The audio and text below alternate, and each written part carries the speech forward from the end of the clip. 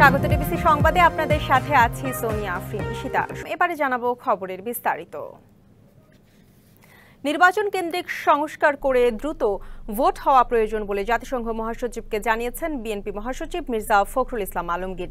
Antonio গুতেরেসের সাথে বৈঠক শেষে কথা বলেন তিনি। আর জাতীয় নাগরিক পার্টির আহ্বায়ক নাহিদ ইসলাম জানান, গণপরিষদ ভোট করে সংবিধান পরিবর্তনের কথা বলেছেন তিনি। হোটেল ইন্টারকন্টিনেন্টালে বিভিন্ন রাজনৈতিক দলের নেতাদের সাথে বৈঠক করেন জাতিসংঘের মহাসচিব অ্যান্টনিও গুতেরেস। বৈঠকে বিএনপি, জামাতে ইসলামী, জাতীয় নাগরিক পার্টি, গণসংহতি আন্দোলন সহ বেশ কয়েকটি রাজনৈতিক দল অংশগ্রহণ করে। পরে গণমাধ্যমের সঙ্গে কথা বলেন নেতারা।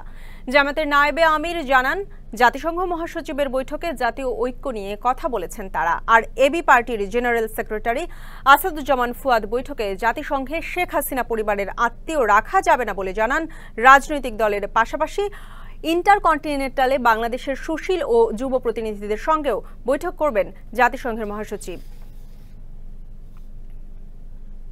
নির্বাচন কেন্দ্রিক যে বিষয়গুলো আছে সেগুলো করে ফেলা এবং তার দ্রুত ইলেকশন করা এবং একটা পার্লামেন্টের মাধ্যমে বাকি এই বিষয়গুলোকে করতে হবে। চলমান প্রক্রিয়া, সেই বিষয়গুলো আমরা বলে জুলাই সনদে তার দ্রুত বাস্তবায়নের কথা বলেছি এবং সংবিধান সংস্কার বিষয়ে আমাদের যে অবস্থান, যে গণপরিষদের মাধ্যমেই সংবিধান সংস্কার করতে হবে, অন্যথা পার্লামেন্টে সংবিধান সংস্কার টেকসই হবে না। বাংলাদেশের ইতিহাস থেকেও আমরা এটাই দেখতে পাই। আমাদের সেই দলীয় অবস্থান আমরা সংক্ষেপে বলেছি। আমরা সংস্কারের ব্যাপারে কথা বলেছি, একটা ফেয়ার নির্বাচনের ব্যাপারে আমরা কথা বলেছি, জাতীয় ঐক্যের ব্যাপারে আমরা কথা বলেছি। বাংলাদেশে মানবাধিকার, জাতিসংঘের মানবাধিকার কমিশনের একটা অফিস 2 থেকে 3 বছরের জন্য অস্থায়ী মেয়াদে চালু করার সুযোগ আছে কিনা, এই বিচার প্রক্রিয়া নিয়ে ভবিষ্যতে কোনো প্রশ্ন তৈরি না হয়, তাই জাতিসংঘ যেন সেই মানটা ধরে রাখতে পারে। বাংলাদেশে যে রোহিঙ্গা শরণার্থী প্রত্যাবাসন সমস্যা, সেই সমস্যা সমাধানের জন্য তার যে ইতিবাচক ভূমিকা, সেটা তিনি যাতে আরো জোরদার করেন। হোটেল ইন্টারকন্টিনেন্টাল থেকে এ বিষয়ে আরো বিস্তারিত জানাতে আমাদের সাথে সরাসরি যুক্ত হচ্ছেন সহকর্মী ইশরাত জাহান উর্মি। সুশীল ও যুব প্রতিনিধিদের সাথে বৈঠকটি শুরু হয়েছে কিনা, আর এই বৈঠকে সুশীল ও যুব প্রতিনিধিরা কোন বিষয়গুলো তুলে ধরতে পারেন, এ বিষয়ে কিছু জানতে পেরেছেন কিনা? ভেতরের বৈঠক ইতিমধ্যে চলছে ঈশিতা, এবং তরুণদের সাথে আসলে মূলত বাংলাদেশের বর্তমান পরিস্থিতি নিয়ে আলোচনা হচ্ছে।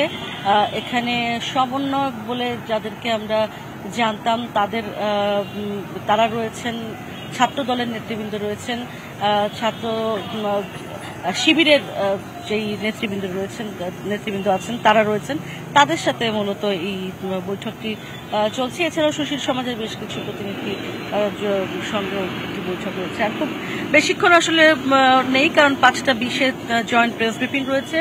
কিছুক্ষণের মধ্যেই হয়তো ব্রিফিং শেষ হয়ে যাবে। কিছুক্ষণের মধ্যে হয়তো বৈঠক, যেই তরুণদের সাথে এবং সুশীল সমাজের সঙ্গে যে বৈঠক, সেটি শেষ হয়ে যাবে। তার আগে আমি জানিয়ে রাখতে চাই, ইতিমধ্যেই আমরা দর্শকদের দেখাচ্ছিলাম যে বিভিন্ন রাজনৈতিক দলের সাথে যে আলোচনা, সেই আলোচনার বিষয়ে নেতৃবৃন্দ ভেতরে আসলে অ্যান্টনিও গুতেরেসের সাথে কি কথা বলেছেন, সেই বিষয়টি কিন্তু তারা উল্লেখ করেছেন। তারা আসলে বলেছেন, একটা করে যদি আমি বলি, বিএনপি মহাসচিব জানিয়েছেন যে সংস্কারের মতো চলবে, নির্বাচন হতে হবে এবং নির্বাচনের যে ঐক্যমত্য, সেটি আসলে একেবারেই বাংলাদেশের নিজস্ব বিষয়, অভ্যন্তরীণ বিষয়। এই বিষয় নিয়ে জাতিসংঘের সাথে আলাপ করার কথা নয়, এটি বলেছেন মির্জা ফখরুল ইসলাম আলমগীর। এবি পার্টির যিনি ছিলেন ডক্টর ফুয়াদ, তিনি বলেছেন যে এখন পর্যন্ত তিনি বলছিলেন যে এখন পর্যন্ত জাতিসংঘে সাবেক প্রধানমন্ত্রী শেখ হাসিনার বেশ কয়েকজন আত্মীয় কাজ করেন, ফলে তাদেরকে রাখা যাবে না, এই বিষয়টি তিনি বলেছেন। নাহিদ ইসলাম নতুন যে পার্টি, সেটি তিনি সংবিধান সংস্কার করতে চান গণপরিষদের মাধ্যমে, সেই বিষয়টি বলেছেন এবং নির্বাচন নিয়ে যে আলোচনা হয়েছে সেই বিষয়টি বারবারই তুলে ধরেছেন। অর্থাৎ সব মিলিয়ে 4 দিনের সফরের তৃতীয় দিনে অ্যান্টনিও গুতেরেসের সাথে আজকের যে বৈঠকগুলি হচ্ছে, এটার পরে একটি জয়েন্ট স্টেটমেন্ট বা প্রেস ব্রিফিং করার কথা রয়েছে। তারপরেই কিন্তু আসলে আনুষ্ঠানিকভাবে তার যে কর্মসূচি সেটি শেষ হবে একটা ইফতারের মধ্য দিয়ে। তরুণ সমাজের প্রতিনিধিরা এবং সুশীল সমাজের প্রতিনিধিরা যদি প্রোগ্রাম শেষে বের হন তাহলে তাদের সাথে হয়তো কথা বলে তাদের সাথে ঠিক কি কি বিষয় আলোচনা হলো সেই বিষয়টা জানতে পারলেই আমরা হয়তো পুরোপুরি আসলে অ্যান্টনিও গুতেরেসের সফর সম্পর্কে একটা জ্যোতিরেখা টানতে পারবো যে কি কি আলোচনা হলো। আপাতত এই ছিল আমার কাছে হোটেল ইন্টারকন্টিনেন্টাল থেকে অ্যান্টনিও গুতেরেসের বৈঠকগুলোর সর্বশেষ তথ্য। ঈশিতা। উর্মি, আপনাকে ধন্যবাদ। নতুন বাংলাদেশ গড়ার লক্ষ্যে ছাত্ররা যে দল গঠন করেছে সেই দলের নেতাদের বক্তব্যে ১/১১ ষড়যন্ত্রের আভাস পাওয়া যাচ্ছে বলে মন্তব্য করেছেন বিএনপি চেয়ারপারসনের উপদেষ্টা জয়নুল আবেদিন ফারুক। সকালে জাতীয় প্রেস ক্লাবে স্থিতিশীল রাষ্ট্র বিনির্মাণে জাতীয় নির্বাচন শীর্ষক আলোচনা সভায় তিনি আরও বলেন, ভোটের জন্য যতটুকু সংস্কার প্রয়োজন তা শেষ করে নির্বাচনই অন্তর্বর্তী সরকারের প্রধান লক্ষ্য হওয়া উচিত। নির্বাচন দিতে দেরি হলে এই সরকার সমর্থন হারাবে বলেও মন্তব্য করেন তিনি।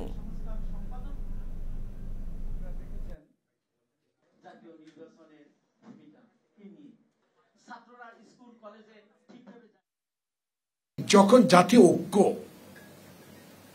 জাতি যখন ঐক্যবদ্ধভাবে এই নোবেল বিজয়ীকে সরকারে বসিয়ে দিয়ে একটি নির্বাচনে প্রতীক্ষা করছিলেন, তখনই মঈন ফখরুদ্দিনের মতো আরেকটা ষড়যন্ত্র মনে হয় শুরু হওয়ার পথে।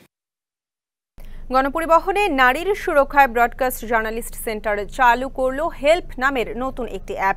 এই অ্যাপের মাধ্যমে নারী গণপরিবহনে যে কোনো যৌন হয়রানির ঘটনা রিপোর্ট করা ও জরুরি সহায়তা পেতে পারবেন। সকালে ফার্মগেটে এক অনুষ্ঠানে এই অ্যাপের উদ্বোধন করেন ডিএমপি কমিশনার শেখ মোহাম্মদ সাজ্জাদ আলী। এ সময় তিনি বলেন, হেল্প অ্যাপে নারীর প্রতি সহিংসতার কোনো ঘটনা লিপিবদ্ধ হলে সাথে সাথে এফআইআর হিসেবে গণ্য হবে। একই সঙ্গে তিনি বলেন, নারী নির্যাতনের যেসব ঘটনা মূল মিডিয়াতে আসে, মূল সংখ্যা তার থেকে অনেক বেশি। এছাড়া রাজধানীতে চলাচল করা বাসগুলোতে প্রচুর যৌন হেনস্থার ঘটনা ঘটে বলেও জানান তিনি। যে অ্যাপস ব্যবহার করা হচ্ছে, এই অ্যাপসের মাধ্যমে নিকটস্থ 1 কিলোমিটারের ভিতরে যদি আমার থানাগুলোর যে কোনো জায়গায় রিপোর্ট হয়, তাহলে this is first information report. অ্যাপসের মাধ্যমেও যদি আমার থানায় রিপোর্ট হয়ে যায়, we consider this is FIR. আইনশৃঙ্খলা পরিস্থিতির অবনতি হওয়ার শঙ্কা এবং দেশের সামগ্রিক নিরাপত্তা বিবেচনা করে পূর্ব ঘোষিত গণমিছিল কর্মসূচি স্থগিত করেছে বাম ছাত্র সংগঠনগুলো। শনিবার দুপুরে কেন্দ্রীয় শহীদ মিনারের পাদদেশে আয়োজিত সমাবেশ থেকে এ ঘোষণা দেওয়া হয়। আন্দোলনকারী সংগঠনগুলোর নেতারা বলেন, নারীর নিরাপত্তা, স্বাধীনতা, সার্বভৌমত্বের এই লড়াই চলবে। এ সময় স্বরাষ্ট্র উপদেষ্টার অপসারণ সহ 7 দফা দাবি জানানো হয়। বাম ঘরানার 8টি সংগঠনের পক্ষ থেকে সারা দেশে হত্যা, ধর্ষণ, নিপীড়নের প্রতিবাদে ও স্বরাষ্ট্র উপদেষ্টা অপসারণের দাবিতে শনিবার বেলা 11টায় কেন্দ্রীয় শহীদ মিনার থেকে শুরু করে ঢাকা বিশ্ববিদ্যালয়ের ভিসি চত্বর ঘুরে টিএসসি পর্যন্ত মিছিল করার ঘোষণা ছিল। অন্যদিকে শহীদ মিনার থেকে তাদের সরতে আলটিমেটাম দেয় ইনকিলাব মঞ্চ। পাকিস্তান, ভুটান সহ 43 দেশের উপর ভ্রমণ নিষেধাজ্ঞা আরোপের পরিকল্পনার কথা জানিয়েছেন president Donald Trump. New York time বলছে, যুক্তরাষ্ট্রের কূটনৈতিক ও নিরাপত্তা কর্মকর্তারা ভ্রমণ নিষেধাজ্ঞার ক্ষেত্রে দেশগুলোকে 3টি ভাগে ভাগ করেছেন। আফগানিস্তান, ভুটান, কিউবা, ইরান ও উত্তর কোরিয়া সহ 11টি দেশ রয়েছে প্রথম ভাগের লাল তালিকায়।